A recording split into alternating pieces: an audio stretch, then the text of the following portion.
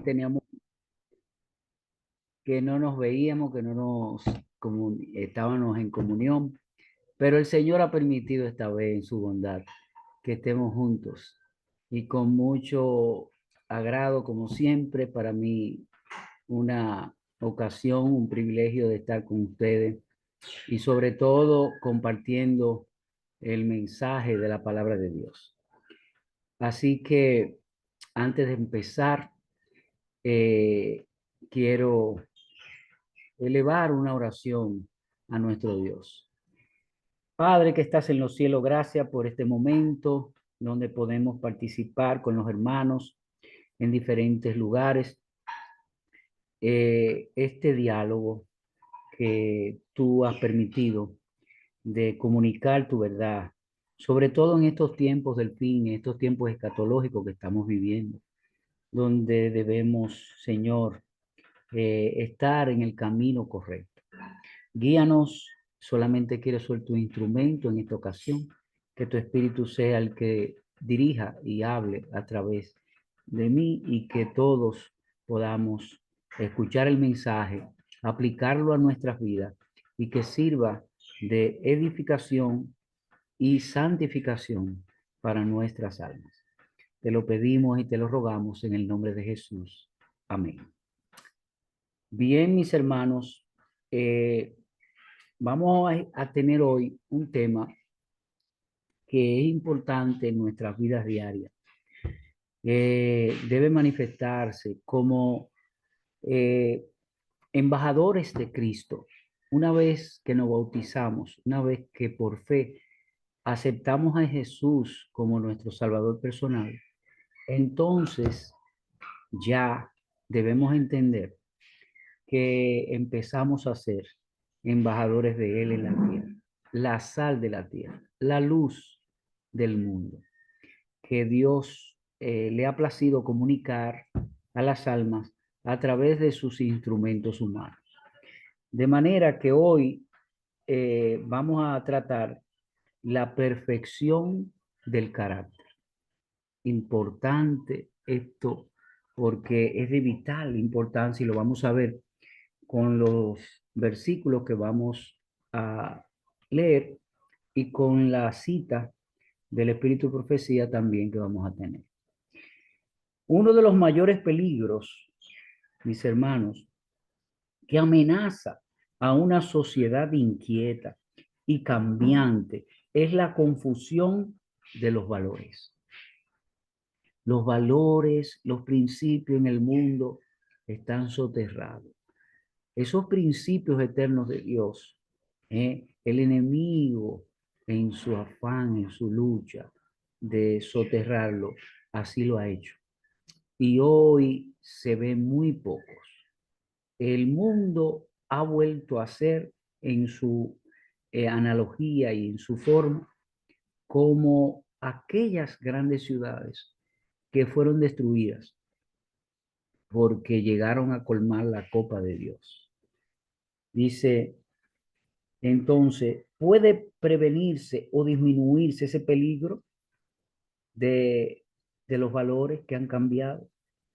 Eh, Disminuirse ese peligro recordando que la mayor riqueza del hombre es un buen carácter y sobre todo el carácter que reflejó Jesús mientras estuvo vivo en su primera venida a la tierra.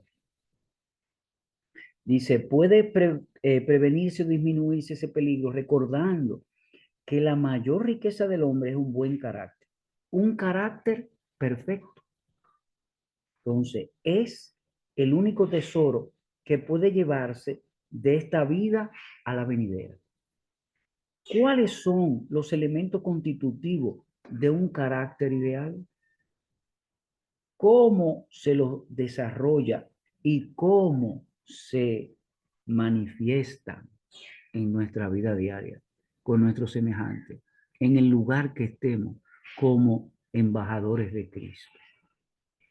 Porque una vez que conocemos a Jesús, por fe entendemos que Él es nuestro Salvador personal. Entonces empieza ahí la verdadera vida de cada ser humano aquí en la tierra. Y entonces es cuando debemos hurgar y estudiar las escrituras con un objetivo principal de llegar a contemplar a Jesús día a día para ser transformados en él. Entonces, vamos a ver ahora en estos versículos el llamamiento que nos hace Jesús a la perfección, porque hay muchas personas que dicen y creen que en la perfección no podemos lograrla, pero diferimos de ese criterio porque en la Biblia Jesús es el que nos llama a esa perfección. Entonces dice, ¿por qué se nos exhorta a ser pacientes? Y vamos aquí viendo las virtudes que encierra un carácter perfecto, como es el carácter de Jesús. Dice en Santiago 1:4 la respuesta a la pregunta, ¿por qué se nos exhorta a ser pacientes? Mas tenga la paciencia su obra completa, para que seáis perfectos. Oh, palabra clave. ¿Para qué cosa? Para que seáis perfectos. Y cabales, sin que os falte cosa alguna. Qué tremenda promesa. Qué conclusión más clara, más precisa, de que sí podemos llegar a la perfección del carácter. Entonces, ¿cuán perfecto nos dice Cristo que seamos? ¿Qué tanto nos pide Jesús que desarrollemos la perfección? ¿Y a qué porcentaje? Entonces dice aquí en Mateo 5:48, sed pues vosotros perfectos, como vuestro Padre que está en los cielos es perfecto. Un porcentaje muy alto. Nos compara con la perfección divina, que podemos llegar a esa estatura, a ese nivel. Entonces, ¿en quién estamos completos nosotros?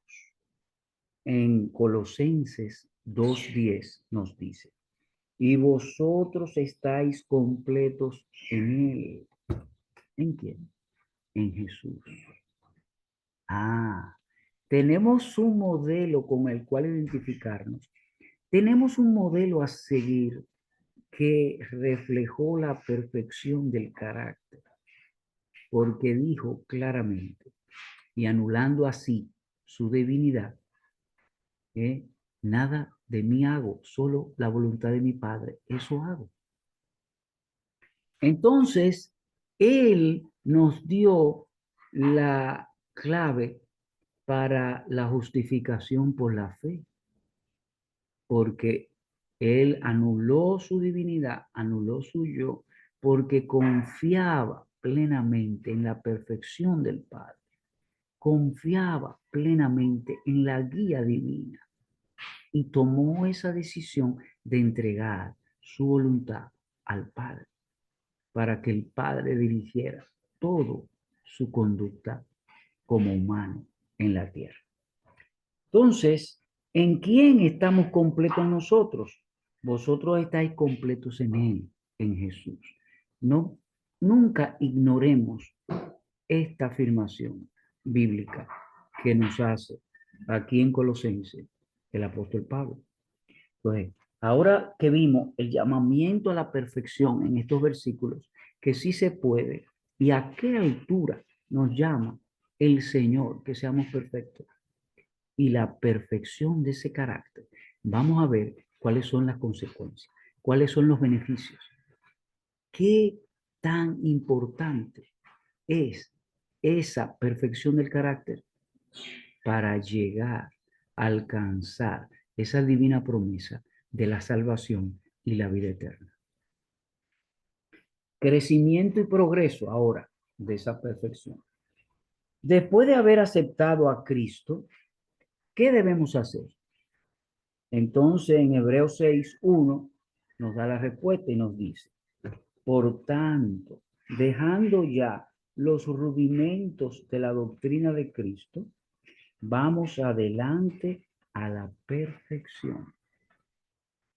O sea, en otras palabras, podríamos decir, dejando ya lo meramente teórico de la doctrina de Cristo, ahora vayamos a la perfección. ¿Cómo? Practicando todo lo que hemos aprendido de Él y lo hemos aceptado por fe. Entonces empezamos el camino de la perfección. Porque mis hermanos, debemos entender que creer por fe en Jesús y no obrar conforme a esa fe equivale a entender para nuestro Dios que lo rechazamos.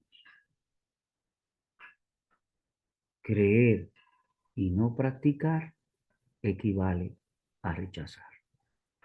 Entonces, ya tenemos la doctrina, ya creemos en Cristo, ya entendemos que Él es nuestro Salvador personal. ¿Qué nos falta ahora para alcanzar esa perfección? Practicar, practicar. Porque Jesús nos dice, ¿por qué le decía a los fariseos, me llaman y me dicen, Señor, Señor, pero no hacen lo que yo digo? Entonces yo no soy su Señor. En otras palabras, Cristo se quejaba. Entonces, ¿en qué debe crecer el cristiano? ¿Cuál es el crecimiento del cristiano?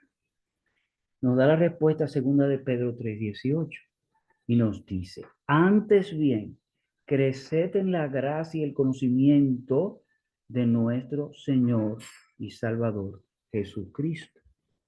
En la gracia y el conocimiento. Son dos cosas entonces aparte.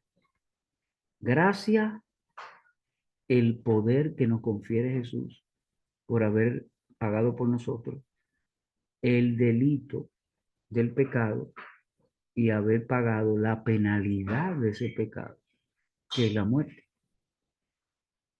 Entonces, aquí dice, antes bien creced en la gracia, en esa oportunidad que Dios nos da, para que si queremos ser salvos, si queremos darle trascendencia a nuestras almas, a nuestra existencia como seres humanos que somos, entonces podamos hacerlo.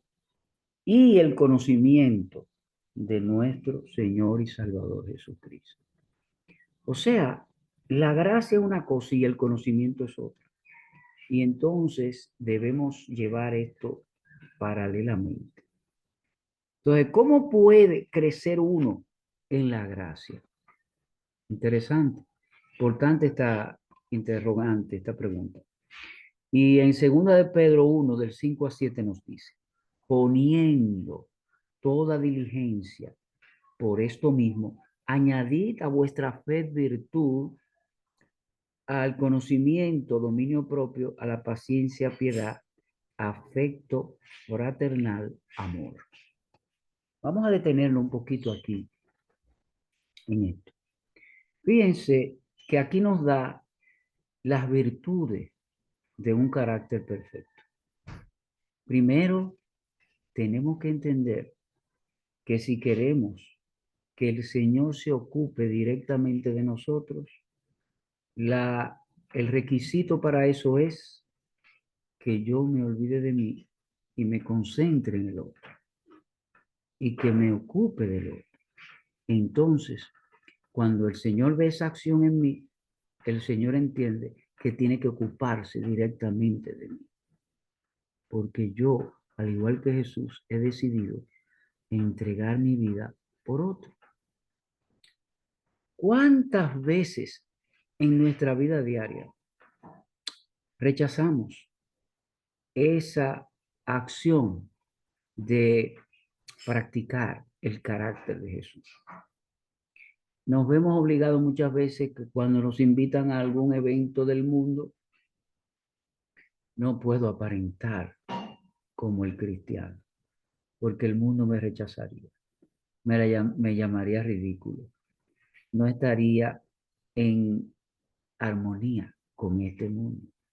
Entonces déjame ser un poco de una forma y de otra, para que ni me rechace el mundo ni me rechace Dios. Entonces no podemos seguir a dos señores de esa manera, porque dice las Escrituras que terminaríamos rechazando a uno y yéndonos con el otro. Tenemos que entender, mis hermanos, que el carácter, una vez que lo intronizamos en nuestra vida, como lo hizo Jesús, es para que se refleje siempre, sin intermitente, sin casos en un momento y en otros no. Porque el reflejo del carácter es lo que nos hace auténticos embajadores de Cristo en todo ambiente en que nosotros nos encontremos. ¿Eh? Y tenemos que cuidar ese carácter en base a reflejar esos principios de aprovechar la gracia y tener el conocimiento de Jesús y ponerlo en práctica en nuestras vidas. Sin una etapa de intermitencia. No, porque debemos reflejarlo continuamente. Alguien tiene que advertir siempre que somos diferentes. Que esa persona que está participando en un ambiente social del mundo refleja su comportamiento, su forma de hablar, su forma de ser, de expresarse, que profesa piedad, que viste sin atavíos decorosos del mundo, como almas que profesan piedad. ¿Y qué es la piedad? El diccionario la define como la tendencia natural a hacer el bien a otros. Entonces, mis hermanos, estamos ante una actitud que debemos autocriticarnos y autoevaluarnos. Cuando nos invita el mundo, estamos dispuestos a reflejar a Jesús, a reflejar esos principios que hemos conocido de Él en todo momento. No importen cómo nos llamen, no importe cómo nos califiquen, porque eso fue lo que pasó con Jesús, que su forma, su carácter, muchas veces no coincidía con el mundo y lo criticaban y se burlaban de él y lo llamaban fanático, extremista. ¿eh? Pero Jesús no negoció con la verdad. Jesús siempre reflejó la voluntad del Padre que lo guiaba, porque él anuló su yo, anuló su divinidad y solo reflejaba la voluntad del Padre. Entonces, le tenía sin cuidado las calificaciones que hacían de él y su conducta mientras estuvo en la tierra. ¿Por qué desea Cristo que sus seguidores experimenten este crecimiento? ¿Por qué Cristo espera eso? En Efesios 5:27 nos dice, a fin de presentársela a sí mismo una iglesia como gloriosa, que no tuviese mancha, ni arruga, ni cosa semejante, sino que fuese santa y sin mancha y sin contaminación. Tremendo. Ahora vamos entendiendo a Jesús y ahora vamos acomodándonos a Él. Una vez que empezamos este proceso de santificación, de perfección de nuestras expresiones en nuestra conducta humana con los demás, debemos ir en aumento. No hacer como el cangrejo que muchas veces da 2 pasos para atrás, 2 pasos para adelante y 3 para atrás. Debemos empezar el camino con el propósito de una manera ascendente, de una manera que perfeccione, que elimine el viejo hombre y se manifieste el nuevo. Entonces, que vayamos alcanzando esa perfección, ese carácter sin el cual nadie podrá ver a Dios. Entonces ahora vamos a la fuente del crecimiento espiritual. Vamos a verlo. Ya con estos versículos que hemos visto, el crecimiento y el progreso lo hemos entendido en estos versículos. El crecimiento y el progreso es una obra de intención, de aceptación mental, de poner en práctica ese conocimiento y esa gracia que hemos recibido de Dios, porque nos ama, porque quiere que todos seamos salvos, porque quiere que todos lleguemos a la plenitud de Cristo. Sé manso y humilde como yo soy. Jesús se ponía siempre de ejemplo y daba a conocer las virtudes del carácter que él en su conducta reflejaba al Padre. Nosotros tenemos que imitarlo de igual manera. Que nada nos avergüence, porque no me avergüenzo del Evangelio, dice el apóstol Pablo, porque es conocimiento para salvación y vida eterna. La fuente del crecimiento espiritual, ahora vamos a ver. ¿Qué hará crecer al cristiano? En Primera de Pedro 2:2 nos dice, como niños recién nacidos, ¿ah? Apeteced la leche espiritual pura, a fin de que, con ella crezcáis. ¿Para qué cosa? Para la salvación. Estamos nosotros aquí deseosos de llegar a la salvación. Es nuestra meta principal como cristianos. Queremos alcanzar esa gran oferta divina o no. Estamos entonces aprovechando el tiempo o lo estamos dejando pasar inútilmente. Debe ser nuestro cuestionamiento con nosotros mismos. Mirémonos, autocritiquémonos y autoevaluémonos. Si soy de Jesús o si todavía soy del mundo. Es importante determinar en cada alma esta situación en nuestra vida. A fin de crecer por la palabra de Dios, ¿qué debe hacer uno?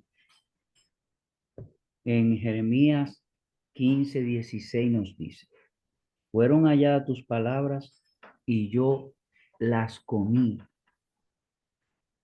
Oh, las comí. Cuando usted come un alimento, ese alimento ya forma parte de uno mismo. Y ese alimento se distribuye a través de la absorción en el intestino delgado y a la vez de la médula ósea y forma parte de tu sangre y circula por todas tus células. Y ese alimento te nutre. Y la sangre es la vida, porque sin sangre no hay vida. Y eso forma parte de ti. Esa es la comparación que tenemos que hacer cuando Jeremías dice que las comí. La hice parte integral de mí. Y esa es la actitud correcta. Y esa es la actitud que a fin de crecer por la palabra de Dios, ¿qué debe hacer uno? Que todo lo que respiro, todo lo que soy, todas mis actuaciones diarias reflejen que comí esa palabra porque se manifiesta a través de mi expresión humana y mi conducta día a día, 24/7. También aquí en ese hecho vemos en el Salmo 119:11 otra expresión que dice, en mi corazón he guardado tus dichos, en mi corazón, en mi circulación de sangre, en todo mi ser. Ahora, la expresión de mi vida es la síntesis de haber comido tu palabra, de que circule por mí todo y que mi expresión sea tu voluntad y no la del viejo hombre. ¿Qué llega a ser entonces la palabra de Dios para el creyente? En Jeremías 15:16 dice, tu palabra me fue por gozo y por alegría de mi corazón. ¿Cuánto, mis hermanos, hemos manifestado este gozo de haber conocido a Dios y sus principios, su palabra, y de haberla practicado y de haber recibido la paz, la armonía, el buen entendimiento de mi expresión hacia los demás? Soy transformado en esa situación y mi carácter se perfecciona en la medida en que yo refleje esa voluntad de Dios y que nuestro semejante la advierta como un hecho diferente y un hecho que me abstrae del mundo y me transforma en otro, en el ser que Jesús y el Padre quieren ver transformados en mí. Tremendo. Cuando profundizamos en la acción de la palabra y vemos el efecto que produce, entonces nos llenamos de gozo, nos llenamos de paz y ya no nos preocupa el porvenir, porque ya está en las manos del Dios que nos amó tanto, que mandó ese hijo a morir por mí. Y no puede haber mayor amor que aquel que entregó su vida por ti y por mí. Entonces, ¿para qué se ha dado las escrituras? Y ahora vamos entendiéndolo todo.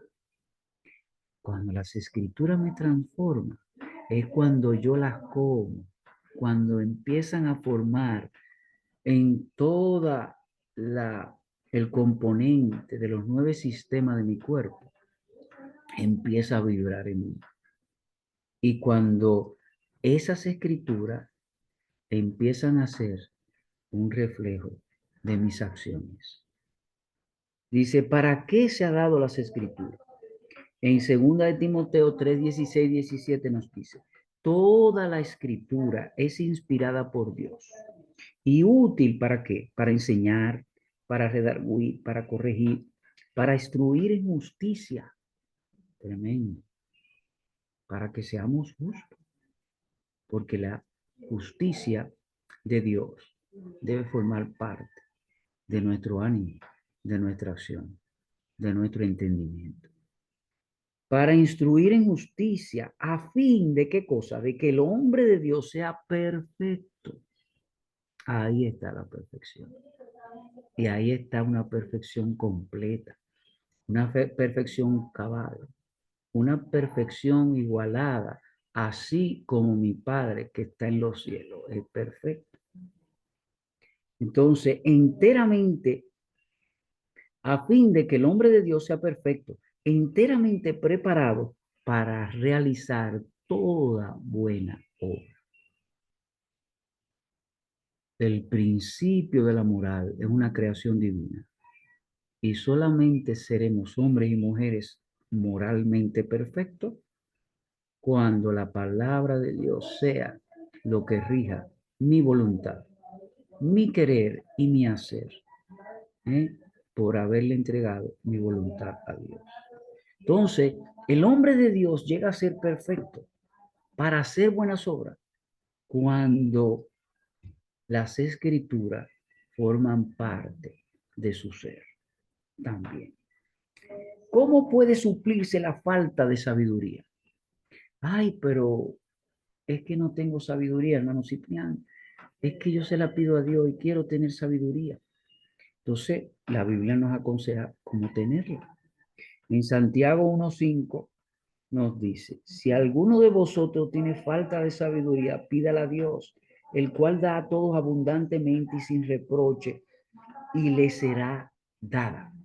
Ah, pero ahí está la clave. Es sencillo. Si nos sentimos con falta de sabiduría, ¿a quién tenemos que pedirla? A Dios. Él nos lo dará, sí, Él quiere, Él está anhelante de que Pedid y os daré. Tocad y os abriré. Él no se exhorta, no se estimula a que hagamos eso. Y Él es la fuente de sabiduría, porque no hay más sabiduría que Él. El mundo está como está, con sus perplejidades, con sus flaquezas, destrucción, con sus desastres naturales inclusive, porque no acoge la palabra de Dios, porque no se allega a ella, porque no quiere hacer uno con Dios. Y entonces, como hay dos caminos a seguir, o elegimos a Dios para identificarnos con Él, o si no lo elegimos, automáticamente elegimos al enemigo de Dios y nos identificaremos con Él. Y entonces eso trae consecuencias, mis hermanos. Trae consecuencias. Trae odio, maldad, envidia, rencor, asaltos. Trae corrupción a todos los niveles. Y el mundo hoy se encuentra en crisis y vivimos en zozobra, en angustia, en desesperación, en hambre, en dolor, en miseria. Y todo esto por no haber decidido ser uno con Cristo para la perfección del carácter y para que nuestra convivencia humana eh, produzca bienestar, alivio y bienestar total. Entonces, ¿en cuántas circunstancias podemos pedir la ayuda de Dios? Interesante esto. En Filipenses 4:6 nos dice, no os afanéis por cosa alguna, sino que en todas las circunstancias, por medio de la oración y la plegaria, con acciones de gracia, dense a conocer vuestras peticiones a Dios. ¿Qué más queremos? El Dios del cielo, el Rey del universo, el poder del universo puede estar a nuestra disposición. ¿Cómo? Pidiéndola en oración a Dios. Entonces, si tenemos a Dios, mis hermanos, lo tenemos todo, porque nadie nos podrá hacer daño, porque un solo ángel es capaz en una guerra de eliminar 185,000 soldados. Y entonces, ¿quién puede hacernos daño? Todos los ejércitos de la tierra juntos no tienen el más mínimo poder con el poder de Dios. Y si lo podemos tener a nuestra disposición, ¿de qué nos quejamos? Hay algo que está fallando. Hay algo que no hemos hecho. Hay algo que hemos, que hemos estado con el ofrecimiento de Dios, pero que no lo hemos aprovechado. No hemos sabido cómo aprovecharlo. Y entonces es hora de hacerlo, porque el tiempo es corto y todos los mensajes escatológicos para el fin del mundo se están cumpliendo y se están realizando y se están dando. Mateo 24, que presenta las señales del tiempo del fin para que inequívocamente no dudemos de que estamos en él. Guerra, rumores de guerra, nación contra nación, reino contra reino, terremotos en diferentes lugares, pestilencia y hambre y desesperación. Se parece a lo que está sucediendo ahora con nuestra generación en la cual nos ha tocado vivir. Indiscutiblemente sí. Que Israel tiene guerra con Palestina y que en Palestina se pasa hambre, pestilencia y dolor. Y que Rusia tiene guerra con Ucrania y que esta nación China quiere adquirir a Taiwán y que Irán quiere combatir con Israel y que Siria tiene guerra. Guerra, rumores de guerra, nación contra nación, reino contra reino. Pestilencia y hambre en todos los lugares. Terremotos. ¿Cuántos terremotos no suceden continuamente en nuestros días? Entonces la palabra de Dios se cumple, independientemente de que lo aceptemos o no, independientemente de que lo creamos o no, independientemente de que lo aceptemos o no. Entonces, mis hermanos, estamos ante un Dios real y verdadero, no un Dios imaginario. El Dios al cual seguimos tiene principios, tiene estatutos, tiene mandamientos, tiene leyes. Es un Dios real. Y que todo lo que ha predicho para el fin de este mundo sea cumplido. Es necesario entonces seguirlo, porque el camino, la verdad y la vida es una persona, y esa persona indiscutiblemente es Jesús. Y Jesús se ha manifestado en nosotros. Vino a esta tierra como nosotros, como seres humanos, imperfectos, pero con toda posibilidad de alcanzar la perfección.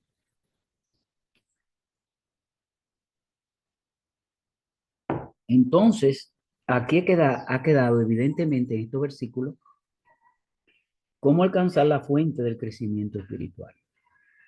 Lo tenemos ahí. Pedid y se os dará. Tocar y os abriré. Debemos identificarnos día a día con Jesús. Debemos ser nuestros autocríticos. Debemos ser autocríticos de que en qué te he fallado, en qué no estoy viviendo, cuáles son los principios que tú me has revelado que no estoy practicando. Ahora, finalmente, vamos a ver evidencias y plenitud de la perfección. Lo que podemos ver, las evidencias y la plenitud de la perfección. Entonces dice, ¿qué cosa es una evidencia de perfección? Muy atento a lo que va a decir Santiago 3, capítulo 3, versículo 2. ¿Qué es perfección para Dios? Si alguno no ofende en palabra, este es varón perfecto, capaz también de refrenar todo el cuerpo. Uno de nuestros mayores fracasos es el no poder controlar nuestras acciones, que nuestra conducta se escapa a nuestro control. Uno de los rasgos del carácter, la lengua, ¿verdad? Como dice la hermana Elsa, ese órgano tan pequeño, pero que ha creado tanto conflicto. Si no controlamos la lengua, si no controlamos lo que decimos, si ofendemos. Miren, el dolor que causa una herida de palabra es más difícil de borrar que un dolor producido por una agresión física inclusive. Entonces, mis hermanos, ese órgano tan pequeño debemos controlarlo a plenitud. ¿Y cómo hacerlo?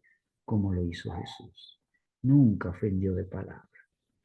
Jesús nunca dijo una palabra hiriente a ninguno de los seres humanos que los rodearon en ese gran ministerio de 3 años y medio, desde que fue bautizado hasta que fue muerto. Entonces, una de la perfección del carácter, una de las cualidades y de los privilegios y de los grandes beneficios del carácter de Jesús, pues no ofendió a nadie. Vivió y manifestó siempre una actitud cortés, de respeto. ¿eh? Entonces, el esposo con la esposa debe cuidar mucho eso. Mi esposa me merece el mayor, dice aquí, confirme si yo no. Excúsenme que salió un letrero. Una de la pareja de mi semejante del cual yo vivo, los que están casados, ¿eh? Entonces ahí yo debo practicar. Esa es mi práctica para yo saber que tengo que poner en práctica los principios de Dios. Porque todos estamos siendo probados.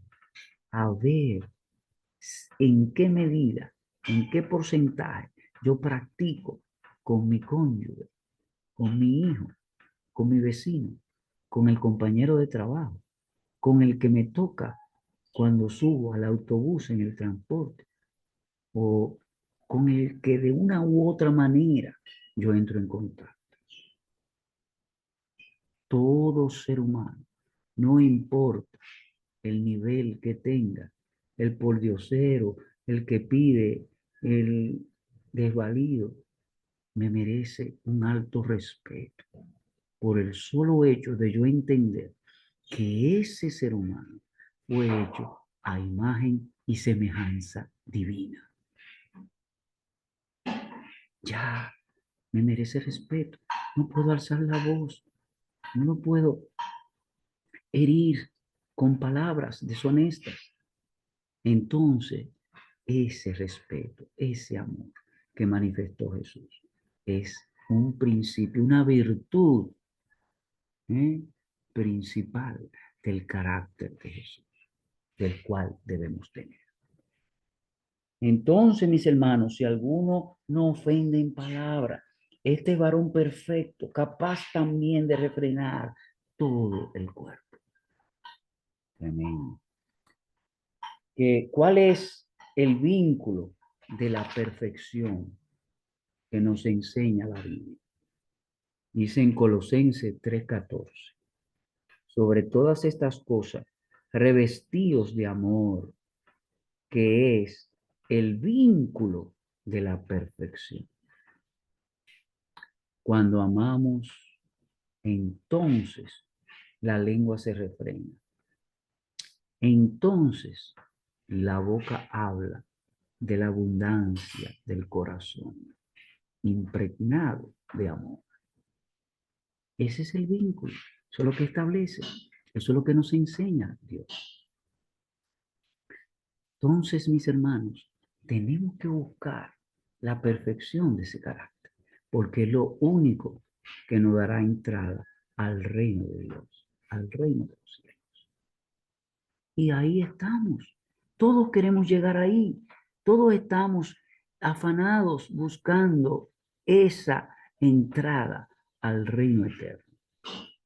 Pues ya vemos cuál es una de lo que Dios establece, de los requisitos que Dios pide para que podamos llegar. Porque Él quiere que lleguemos. Y tanto lo quiere que mandó a su único hijo. Que si hubiera fallado, si hubiera caído todo y el universo entero hubiese entrado en crisis y en peligro. Entonces, mis hermanos, en Filipenses 3:13 y 14 y en Hebreo también, vamos a buscarlo. Es importante leerlo, que ya se nos está acabando el tiempo, pero es importante verlo aquí. Entonces, nosotros también vemos, vamos a buscar Filipenses 3:13.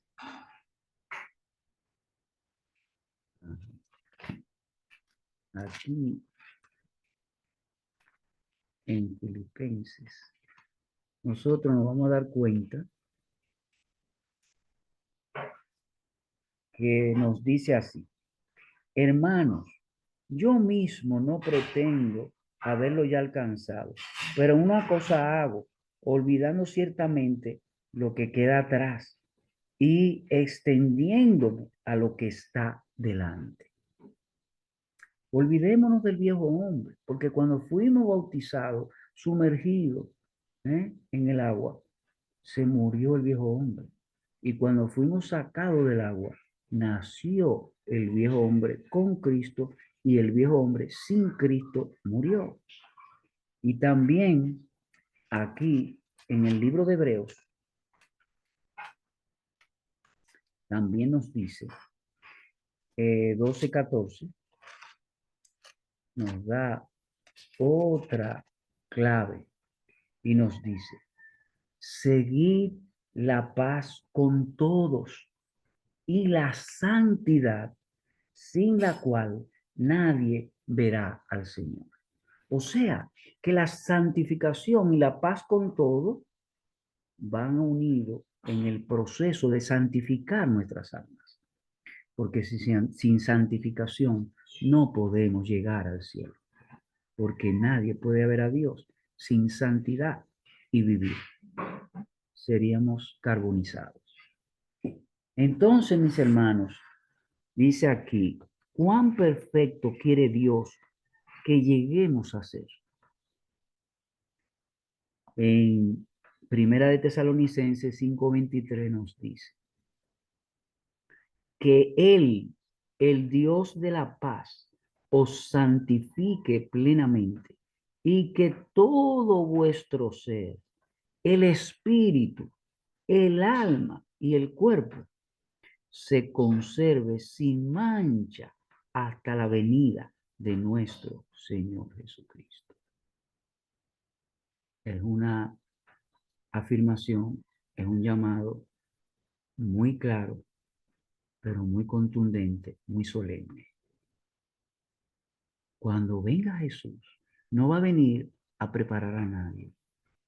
Por el contrario, va a venir a buscar a los que se han preparado.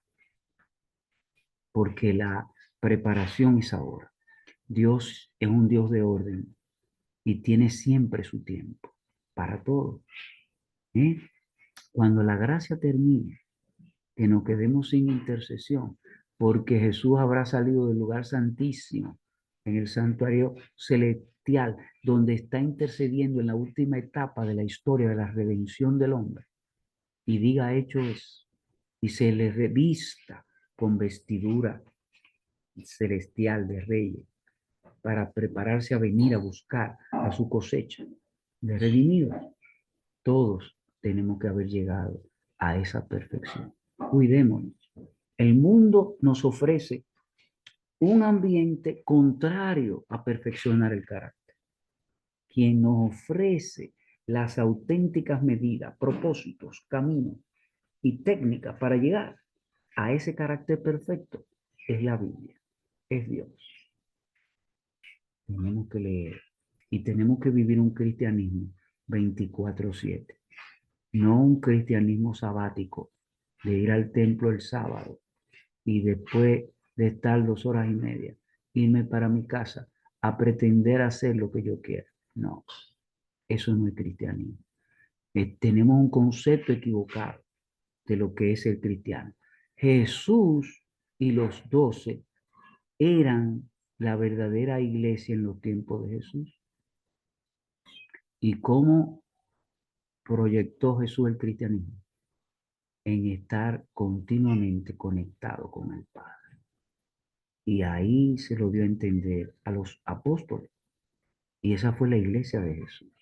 Enseñarle a ellos en entrar en una relación continua con el Padre, como lo hizo Enoc, que caminó con Dios y Dios se lo llevó. Tenemos que hacerlo eso ahora. Ahora es el momento, mis hermanos. No dejemos para mañana lo que es necesario hacer hoy. Y fíjense, esta matutina y este comentario de Elena G. de White en la Biblia de estudio dice, como Cristo en carácter. Dice, el sello del Dios viviente solo será colocado sobre los que son semejantes a Cristo en carácter. Es una afirmación muy contundente a la cual tenemos que hacerle mucho caso, porque solo recibirán el sello de Dios a los que son igual a Cristo en carácter. El carácter de servir y un servicio abnegado, de olvidarme yo para concentrarme en el otro. El carácter de trabajar para los demás. el carácter de desarrollar esa vocación, de hacer el bien a los demás. En síntesis, eso fue el reflejo y la vida de Jesús en la tierra, reflejar el carácter divino. Tenemos que contemplar a Jesús con el objetivo primordial de ser transformados en Él. Olvidarme del yo, que es mi peor enemigo. El yo quiere complacencia, el yo quiere y exige preeminencia. El yo es egoísta, contrario al amor. Y el amor es el camino contundente para llegar al carácter divino. Mis hermanos, tenemos que ser perfectos. No es imposible llegar a serlo, porque la Biblia me dice que sí, que es necesario llegar a ser perfecto. Sé vosotros perfectos como mi Padre que está en los cielos perfecto, dice Jesús. Y para terminar, quiero leerles esta matutina de Maranata de agosto 23, que dice así: los ángeles ven la señal de Dios. ¿A qué será comparada esa señal que tuvieron los israelitas cuando iban a ser liberados de Egipto? Y en el dintel pusieron una marca de sangre de cordero. Dice aquí en Apocalipsis 7, 2 y 3. Vi también a otro ángel que subía donde sale el sol y tenía el sello del Dios vivo y clamó a gran voz a los cuatro ángeles a quienes le había dado el poder de hacer daño a la tierra y al mar, diciendo: no hagáis daño a la tierra, ni al mar, ni a los árboles. ¿Hasta cuándo? Hasta que hayamos sellado en su frente a los siervos de nuestro Dios. El sellamiento está vigente. ¿Y qué dice? Todo en el mundo está alterado. Las naciones se han airado y se realizan grandes preparativos para la guerra. Una nación conspira contra otra y un reino contra otra. El gran día de Dios se apresura rápidamente. Pero aunque las naciones alistan sus fuerzas para la guerra y el derramamiento de la sangre, todavía está en vigencia la orden dada a los ángeles de que retengan los cuatro vientos. ¿Hasta cuándo? Hasta que los siervos de Dios sean sellados en su frente. Los cuatro vientos siguen retenidos hasta que los siervos de Dios sean sellados en sus frentes. Entonces los poderes de la tierra reunirán sus fuerzas para la gran batalla final. Con cuánto cuidado deberíamos aprovechar entonces el corto periodo que resta de nuestra peregrinación aquí en la tierra.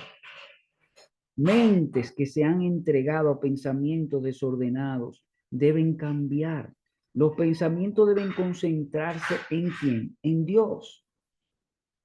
Ahora es tiempo de realizar un ferviente esfuerzo para vencer las tendencias naturales del corazón carnal.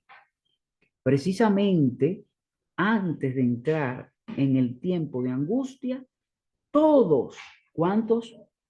Todos recibimos el sello del Dios vivo. Entonces vi que los cuatro ángeles dejaban de retener los cuatro vientos y vi hambre, pestilencia y espada. Una nación se levantaba contra otra y el mundo se hallaba en confusión. Nos parece a las noticias que oímos por todos los medios de difusión y de comunicación ahora. Es muy similar y yo diría que es igual. ¿Cuál es el sello del Dios vivo que se pone en la frente de sus hijos? Es una marca que pueden ver los ángeles y no los ojos humanos, puesto que el ángel destructor debe recibir esa señal de redención. La mente inteligente ha visto la señal de la cruz del Calvario sobre los hijos e hijas que han adoptado el Señor. El pecado de la transgresión de la ley de Dios es borrado. Están ataviados con el vestido de bodas y son obedientes y fervientes a todos los mandamientos de Dios. Nos hallamos en el tiempo del zarandeo, cuando todo lo que pueda ser sacudido lo será. El Señor no excusará a los que conocen la verdad si no obedecen sus mandamientos en palabras y obras. Mis hermanos, ahora está ocurriendo algo que no sé si se están dando cuenta. Aquí en República Dominicana vino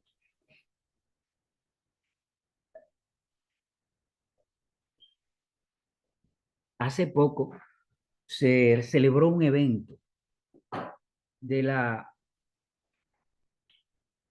institución. 3 pastores vinieron a predicar y lo llamaron Identidad Adventista para el siglo XXI.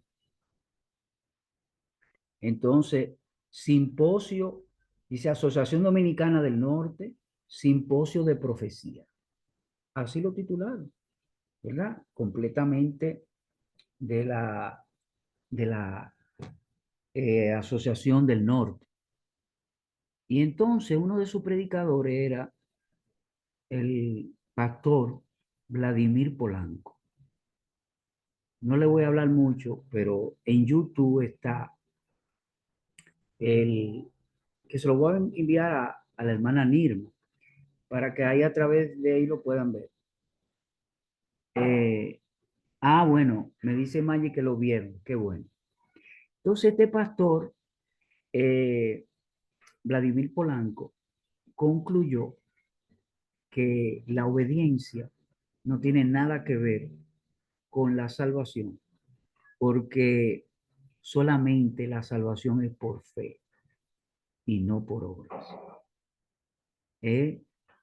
Concluyó así en el gran tema de la justificación por la fe. Qué triste me puse al ver esto, porque en la palabra de Dios nosotros vemos claro, ¿verdad? Por solamente citarle un versículo, en la conclusión de la carta universal del apóstol Santiago, de Santiago capítulo 2 del 14 en adelante, donde él enfatiza, Santiago nos dice que la fe sin obra es muerta y que muéstrame tu fe sin tus obras y yo te voy a mostrar mi fe por mis obras.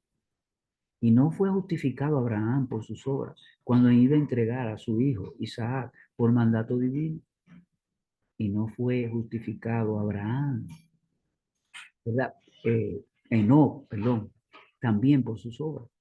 Entonces, inclusive Rahab la ramera, cuando permitió que los espías que entraron a Jericó, cuando llegaron allá a la tierra prometida, lo hizo escapar. Entonces, en Santiago 2:24 concluye y dice claramente, vemos pues que el hombre es justificado por sus obras y no solamente por la fe. Chequen ese versículo conclusivo de la fe y las obras que van juntas, paralelas. Entonces, mis hermanos, fue triste ver esta conclusión de este pastor en este evento que promocionó tanto la Asociación del Norte, aquí en Santiago, una de las provincias de nuestro país, República Dominicana.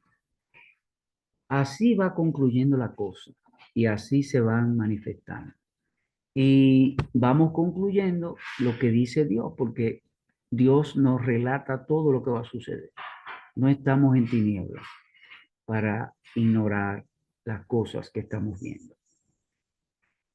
Porque Elena White nos dice claramente, eh, la, la iglesia de Dios última terminará como empezó, como un movimiento, y volveremos al culto familiar en hogar. Y los laicos terminarán la obra. Y la única obra ministerial o pastoral que habrá en el tiempo del fin es la obra médica misionera. Él nos dice todo. no ignoramos nada. Es un asunto de conocerlo, de leer. Nuestra educación debe ser basada ahora, en este tiempo del fin, en la Biblia y el espíritu de profecía. Eso es lo que debe educar la formación de mi carácter para estar preparado y hacer acepto de Jesús en su segunda venida, cuando venga a buscarme para formar parte de su nuevo reino por la eternidad. Que Dios nos bendiga grandemente, mis hermanos. Aquí hemos concluido con tus hijos que quiere que sean redimidos por la eternidad. Ayúdanos a todos y cada uno de los que participamos en esta tarde y que podamos vencer cualquier obstáculo que se erige como barrera para impedirnos contemplar a Jesús y ser perfeccionado en el carácter, para que es lo único que llevaremos al cielo. Y es lo único que tú has determinado, Señor, que recibirán el sello de Dios, los que sean igual a Jesús en su carácter. Guíanos y te agradecemos eternamente tus bondades. Llévanos por el camino estrecho que nos conduce hacia ti. Gracias, Señor, te lo pedimos en el nombre de Jesús. Amén.